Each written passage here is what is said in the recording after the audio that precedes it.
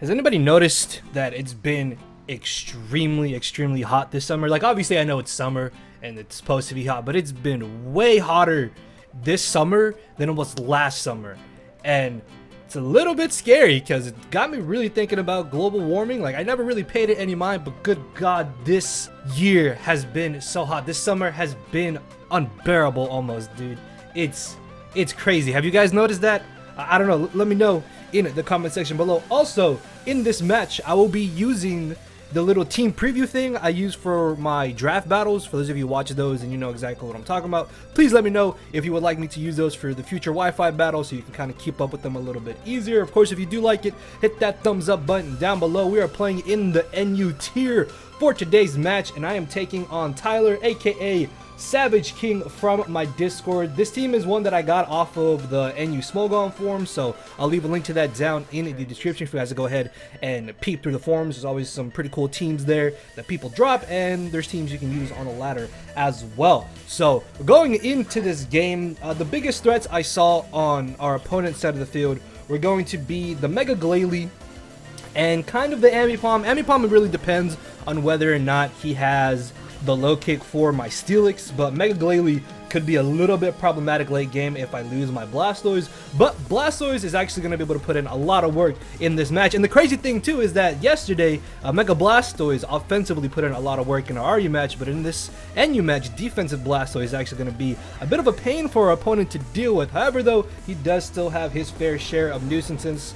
Seismitoad is going to be a bit of a problem just because of how bulky it is, although we were able to Toxic it very early on, so that's good. And then Golbat could be a little bit of a problem as well. I kind of want to go ahead and get rid of Seismitoad as early as possible, which is why I mainly went directly for the Toxic, because once Seismitoad is gone or once Seismitoad is weakened, my Choice Banded Aerodactyl comes in and I absolutely wreck him. So I was able to catch the Rotom with a second Toxic because I did predict him to switch it in, thinking that I may want to go for the Rapid Spin. As I switch out before him, it turns out that my Blastoise is actually faster than his Rotom, which I was not expecting whatsoever. I don't know if that's like a new type of Rotom being run in NU or something, but now I know that my Blastoise is faster than his Rotom as he brings in the Seismitoad on my Steelix here. I try to get on my rocks as he unfortunately ends up getting the burn. If he didn't get the burn there, I would have stood by this play, but I guess in hindsight it was a little bit risky for me to just stay in directly in front of a Seismitoad. I guess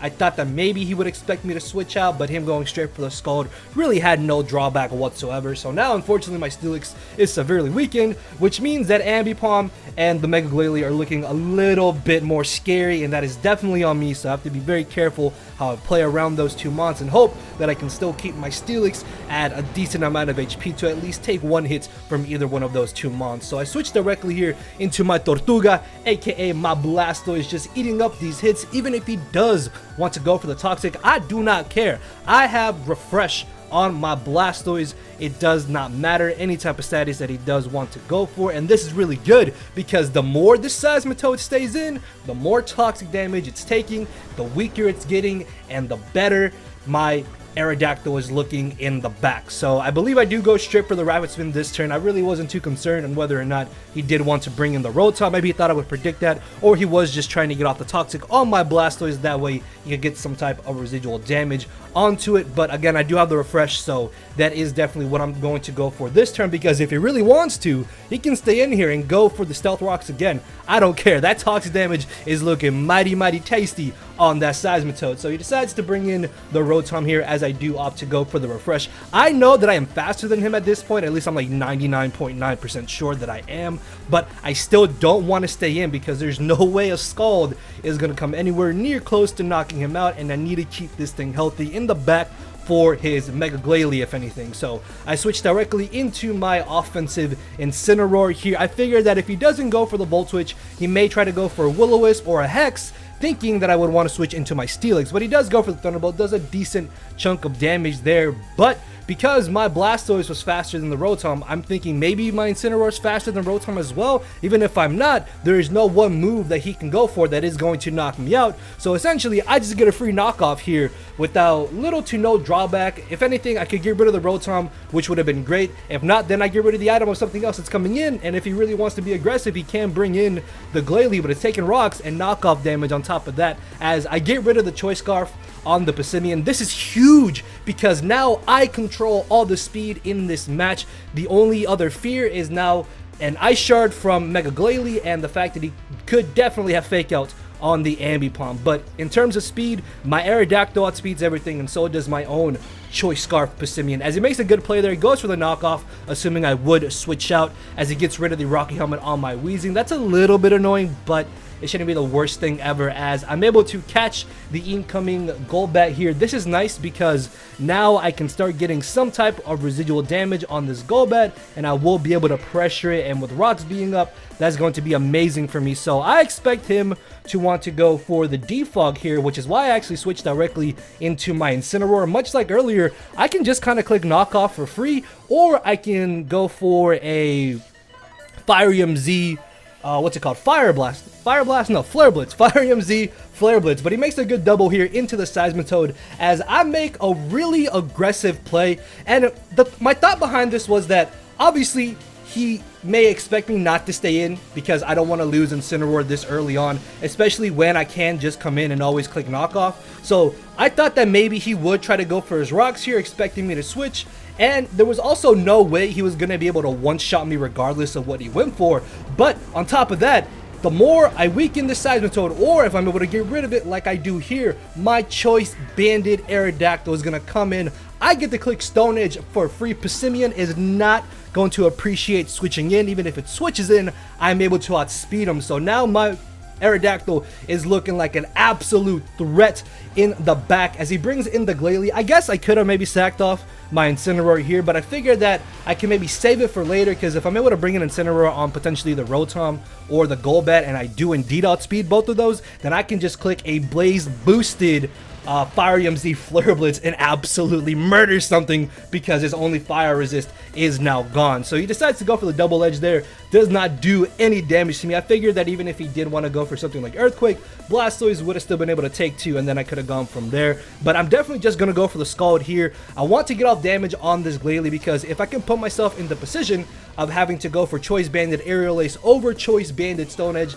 then I definitely want to do that, as I get a little bit lucky here on his switch into Rotom. The only way that crit mattered was if he was a 50% berry, which he told me after the match he was a 50% berry, so that kind of sucks. I don't know if maybe he had defog on the Rotom there, or if he did have defog on the Golbat, but we do get the crit. I'm not sure how much it really changes in the long run of the battle, but it was kind of nice in the moment. As in comes the Ambipom. I actually don't really have a good switch into this, and I'm pretty happy that I was able to keep my Incineroar in the back. While yes, he could have potentially got off a nuke on the Golbat, I figured that's just a small price to pay, because now I can bring in Cesaro and we're going to start European uppercutting people with this Choice Banded Stone Edge. As long as I don't miss, something is going to get absolutely mollywopped in the face. As in comes the Passimian. This should be an easy 2-hit KO, but I am absolutely terrified because I do not want to miss Stone Edge. If I miss my Stone Edge and he hits me with the close combat, I am guaranteed in range of where Fake Out from Ambipom knocks me out and an Ice Shard from Glalie knocks me out. So I can't really risk that. So I'm actually going to be a bit of a bitch here, and I'm going to switch out into my Weezing, expecting him just to go for the close combat in hopes that I would miss, or that he just thought I was going to knock him out regardless. So I am able to live the hit. As this turn I make a bit, I don't know, like this was another odd play I guess, but in hindsight it doesn't necessarily matter too much. But I figured that he would just try to go for knockoff there so I could bring in my own Passimian, then just go for U-turn, but he catches me with the close combat. Unfortunately, now I am in range of a Fake Out and an Ice Shard, but it's not entirely the worst thing ever, because I can still at least save this for sack to then bring in my Aerodactyl. And I saw Weezing that can take a hit from the Ambipom and the Glalie regardless, so I decided to go for the U-turn, thinking that I would just knock out the Passimian, but he switches into his Golbat, and we're right back where we started, baby. I got Choice Banded Stone Edges for the entirety of my opponent's team, and damn it, they're going to smack him around a bit. So down goes the Golbat, which is really good. I guess this is nice because now I can technically click close combat for free, but I'm still in priority range. I don't know. Either way though, like it just dropped, which is amazing. And because I do technically have the sacks in the back, I really don't need to risk going for another Stone Edge here. So I decided to bring in my Steelix, just wanting to sack it off to whatever moves he wanted to go for, as he makes a really good play there. And he calls my switch out because he knows I don't want to risk missing, dude. I can't afford to miss a Stone Edge at this point. And again, I don't need to risk going for a Stone Edge back to back. So I'm going to sack off my Steelix here, but Steelix is an absolute monster of a mon, and I'm able to live the knockoff and in return knock out the Ambipom, which is insane because I did not think I would finish him off with the burned gyro ball, and then I live the burn on top of that, which is pretty awesome. So in comes the Passimian. He is able to live the rocks because he does resist them, so he only took 6% as opposed to 12% if I'm not mistaken. So now I can let my Steelix go down after it actually did do a decent bit of work in this game. If anything, I needed it to at least check only the Ambipom or the Glalie, and after getting up rocks, it was able to easily do that, and I'll be able to bring in my Weezing here. My original thought